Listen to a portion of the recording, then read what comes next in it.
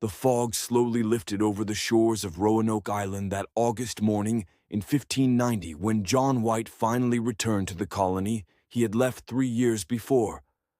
His heart pounded with anticipation of reuniting with his daughter, Eleanor, and granddaughter, Virginia, the first English child born in the New World.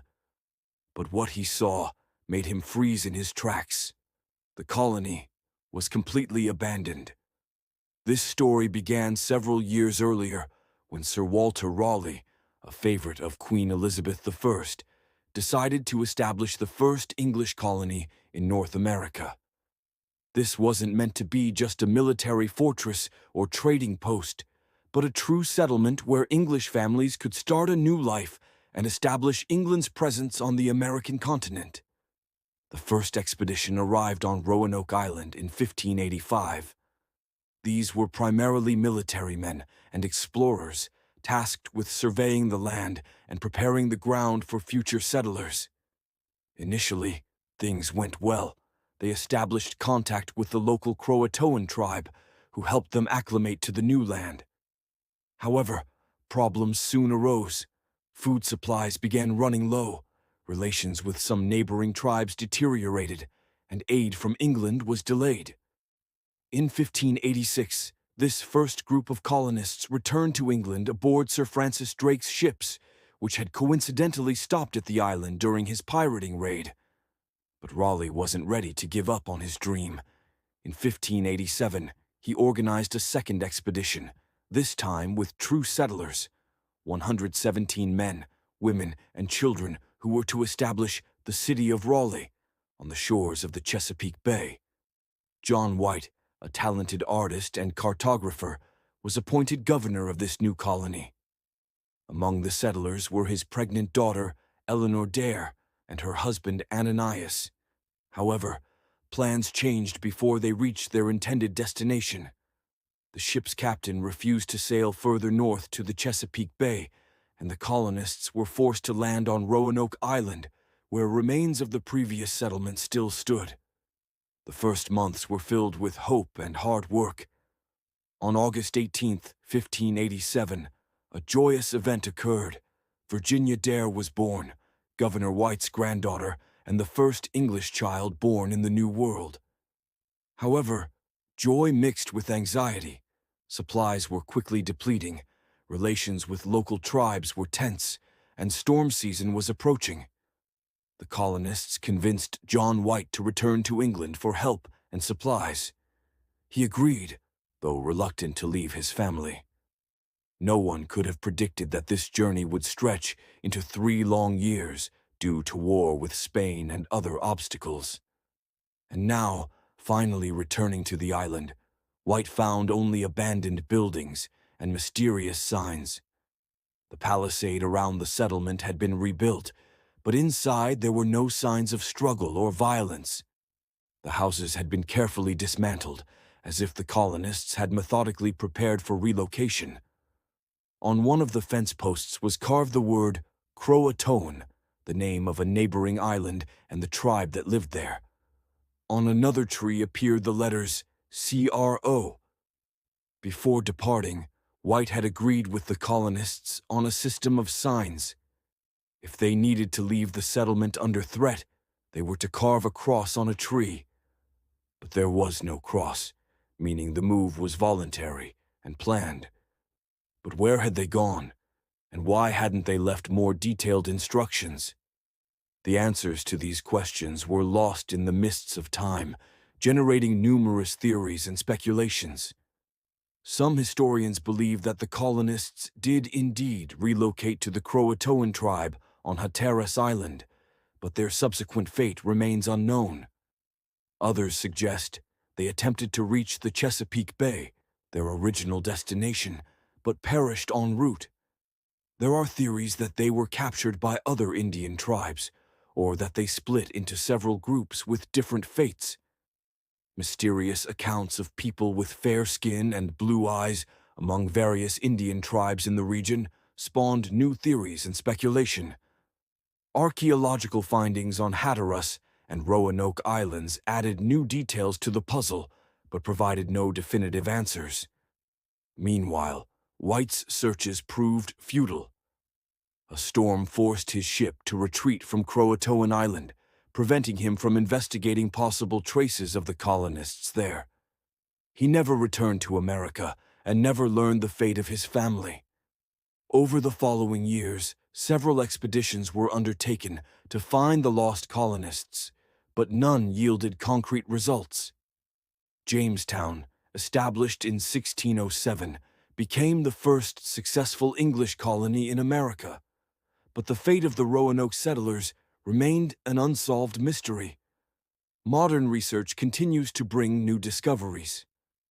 Archaeologists find artifacts of European origin in various Indian tribal territories, which may indicate contact with the colonists. Analysis of historical documents and local tribal legends helps reconstruct possible scenery. Among the numerous theories about the fate of the Roanoke colonists, several main directions can be identified, each with its own arguments and evidence. Let's examine them in detail, analyzing the strengths and weaknesses of each version. The theory of assimilation with the CROATOAN tribe is one of the most popular. It is based on direct evidence, the inscription CROATOAN on the palisade and previous friendly relations with this tribe. The CROATOANs were known for their openness to Europeans, and they were the ones who helped the first group of colonists in 1585.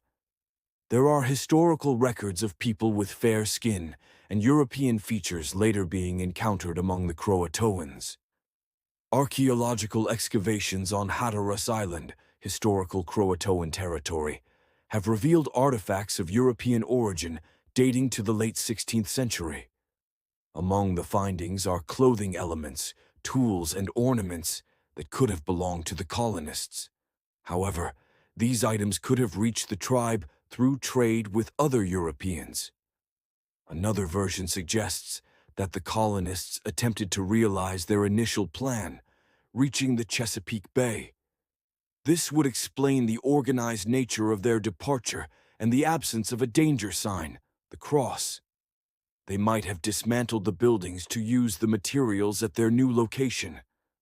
However, traveling through unknown territory with women and children was extremely risky, especially considering the hostility of some Indian tribes. The theory of colonists being captured by other tribes also has its supporters. It's known that relations with some tribes were tense due to previous conflicts. John Smith's records of Powhatan's story might have reflected real events, although details could have been distorted through translation and time. There's also a version about the colonists splitting into several groups. This could have happened as a planned measure to increase survival chances, or as a result of internal conflicts. Different groups could have met different fates. Some might have joined friendly tribes, others might have tried to reach other European settlements, while others might have perished from hunger or disease. The climatic factor plays an important role in understanding possible reasons for the colony's disappearance.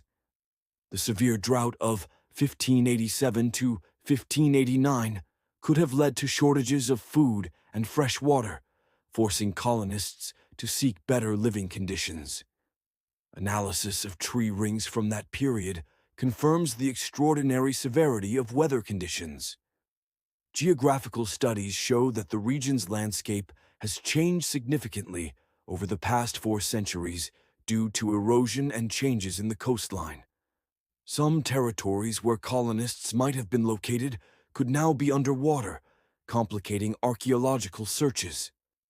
Anthropological studies among modern Indian tribes in the region reveal interesting cultural elements that might have been borrowed from Europeans.